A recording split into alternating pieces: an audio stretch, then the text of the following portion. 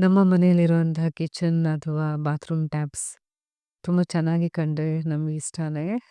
ಯಾವತ್ತೂ ಅದನ್ನು ಯೂಸ್ ಮಾಡ್ತಾ ಇರುವ ಕಾರಣ ಬೇಗನೆ ಕೊಳೆ ಬರೋದು, ಸ್ಟೈನ್ಸ್ ಆಗುವಂಥದ್ದು ನೋಡ್ತಿರ್ತೇವೆ.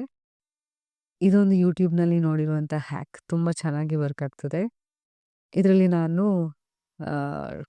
ಕೋಲ್ಗೇಟ್ ಟೂತ್ ಪೇಸ್ಟನ್ನು ಟ್ಯಾಪ್ ಮೇಲೆ ಅಪ್ಲೈ ಮಾಡ್ತಾ ಇದ್ದೇನೆ.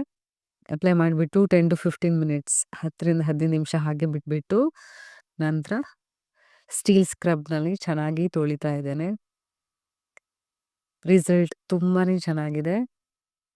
ನೀವು ಹಾಗೆ ತೊಳೆದ್ರು ಸೋಪೆಲ್ಲ ಹಾಕಿ ಈ ರಿಸಲ್ಟ್ ಬರೋದಿಲ್ಲ.